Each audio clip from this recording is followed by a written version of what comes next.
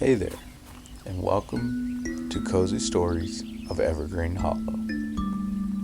This is your little place to slow down, unwind, and step inside a quiet world full of gentle moments and comforting faces. You can listen however you like. Maybe you're getting ready to sleep. Maybe you're taking a peaceful walk. Or just giving your mind a break during a busy day. Whatever you're doing, you are meant to be here. Evergreen Hollow is always open to you. And before we begin, let's take a moment together. Breathe in, nice and easy. Hold it,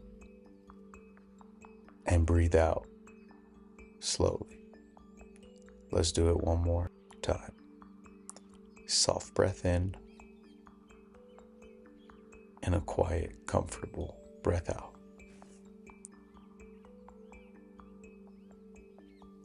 All right, now let's head to Evergreen Hollow.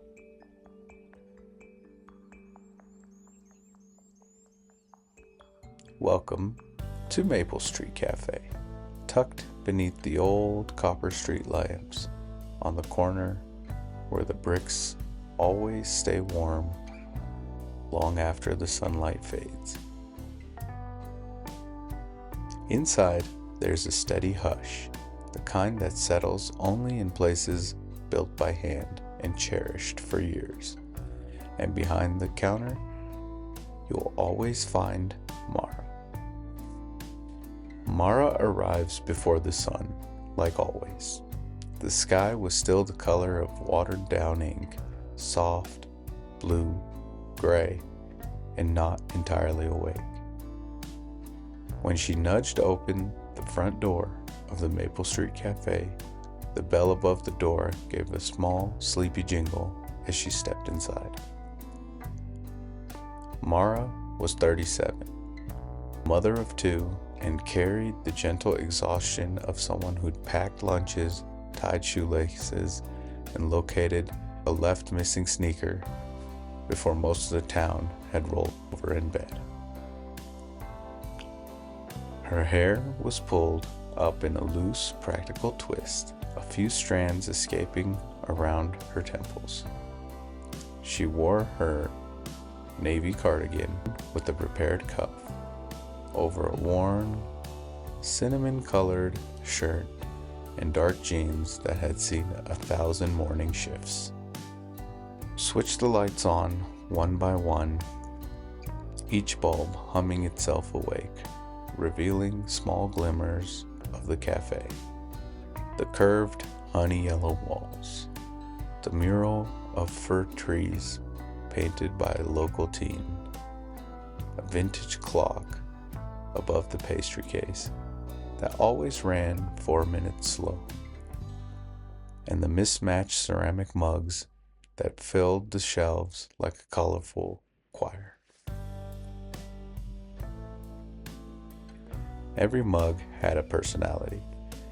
There was a deep green mug with a lopsided handle, a pale pink mug with a hairline crack that looked like a tiny river, a yellow mug with the chipped lip that nobody but Mara ever chose, and the tall, cobalt blue mug Rowan liked, the one shaped like a tiny chimney. Mara breathed in quietly. This was her favorite moment in the day, when the cafe belonged to only the soft creaks of the counters and the smell of coffee waiting to happen. She ground the first batch of beans in the morning. A warm, earthy aroma unfurled through the air, rich with hints of caramel and toasted hazelnuts. The grinder vibrated gently beneath her hands, a tiny tremor that traveled up her arms. And then, right on schedule, the bell above the front door chimed. Rowan. He always arrived exactly at 6:05. A soft knock the door opening halfway first, then a quiet, familiar "Morning, Mara," as he stepped inside. Rowan ran the bakery 2 doors down.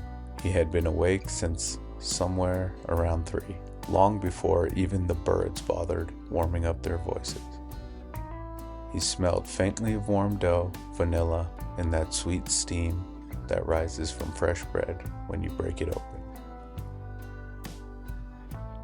He sat a box of pastries on the counter, still warm, the white cardboard fogged slightly along the edges from the heat inside.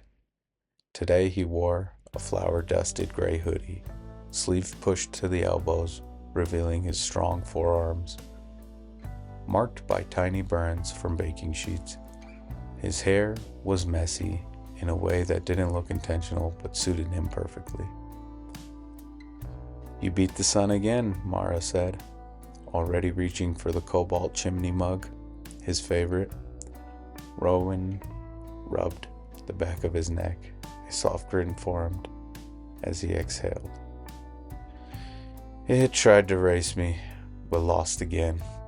Mara chuckled quietly as she poured his coffee, a dark roast with drizzle of oat milk, just enough to lighten up the color to that of old parchment.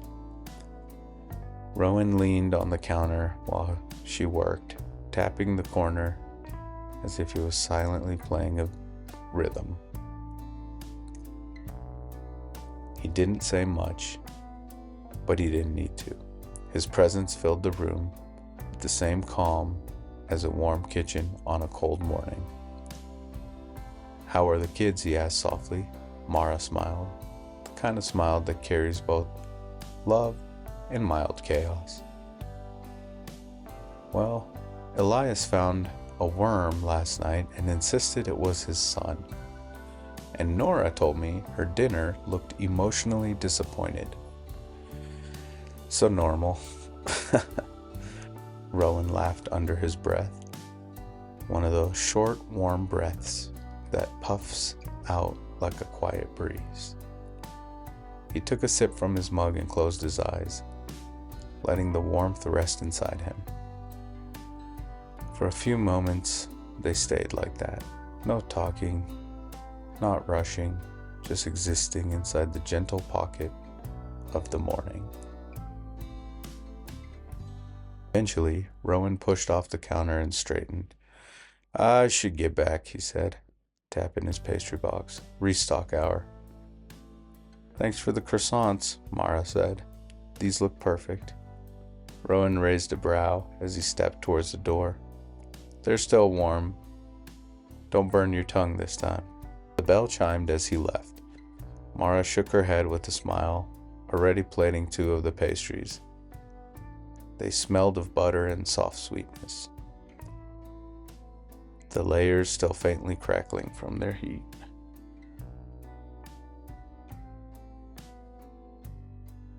And then slowly, steadily, the day began.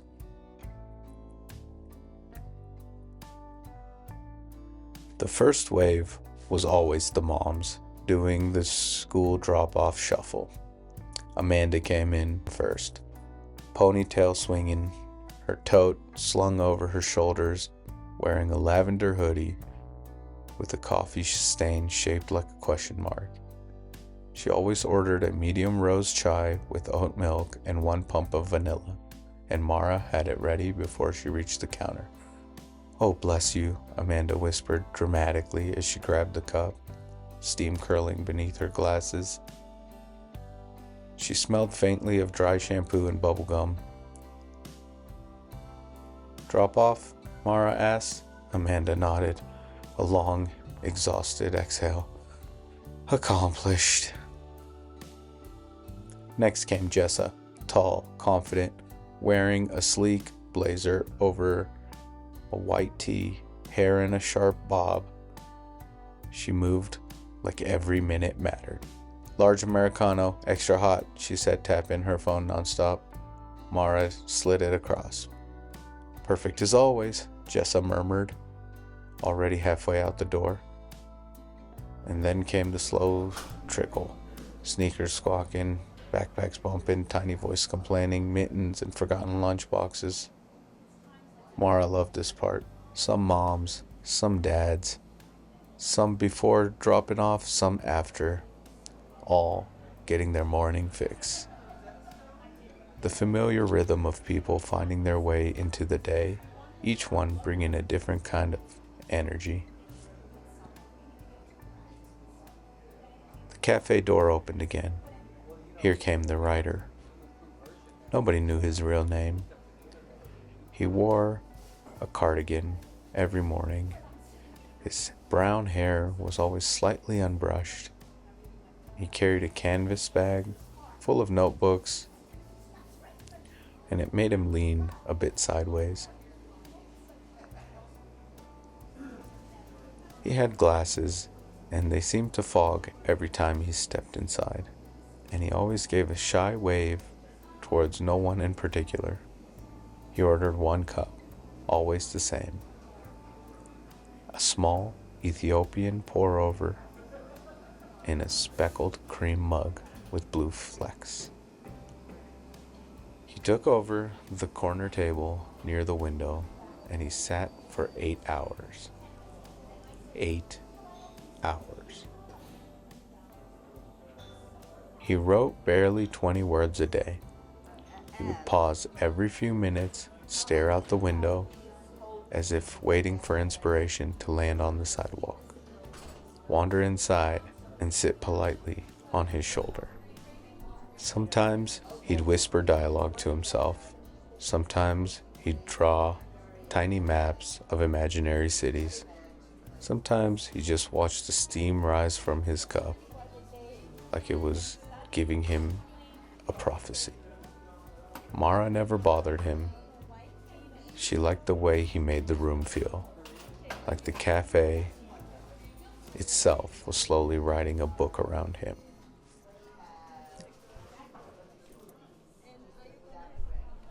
A few moments later came the older gentleman with the wide-brimmed hat, Mr. Talbot. His mustache curled like a little gray wave under his nose. He always wore suspenders and carried a newspaper that he never actually read. He ordered a black coffee in the emerald mug and sat in his usual seat, facing a wall. He said it helped him think. About what? Nobody knew. Then the art students came in. Mara knew Sophie, maybe 19. She was wearing denim overalls, dotted with tiny paint strokes, as if she was a walking canvas herself. Her curls bounced endlessly as she talked to her friend, another student, but new to the cafe. "Can I get a cinnamon cardamom latte? Already warming the milk," Mara said with a grin. And so the morning softened into its full rhythm. The steam, the clink of the ceramic, the warm churn of the espresso machine sounding like a gentle mechanical purr, the faint hum of the music, usually old acoustic songs with a soft guitar. Light filtered through the front of the window in thin golden sheets as the sun fully rose, warming the wooden tables and turning the pastry case into a small, glowing treasure chest. Around 9:20, Mara took a slow breath and leaned against the counter for the first time that morning. She watched dust motes drifting lazily through the beams of sunlight, and she noticed how one of the succulents in the windows had grown a new leaf overnight, tiny, plump, the color of fresh mint. She listened to the muffled laugh of someone outside in the snow walking their dog. Just small things, tiny things, kind of things you only notice when the world finally stops rushing. She liked these pauses. They made the rest of it worthwhile. As mid-morning approached, the cafe had settled into its middle-of-the-day shape. The moms were gone.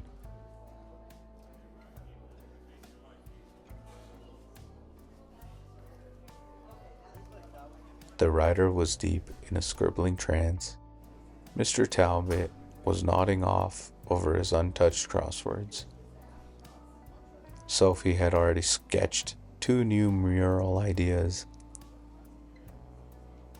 College students chattered quietly about an upcoming exam, and there was a tourist couple who seemed to visit quite often despite not living anywhere nearby that admired the pastries like they were rare art pieces. Mara moved through it all with easy familiarity, refilling cups, clearing empty plates, wiping down the counters with slow, unhurried strokes.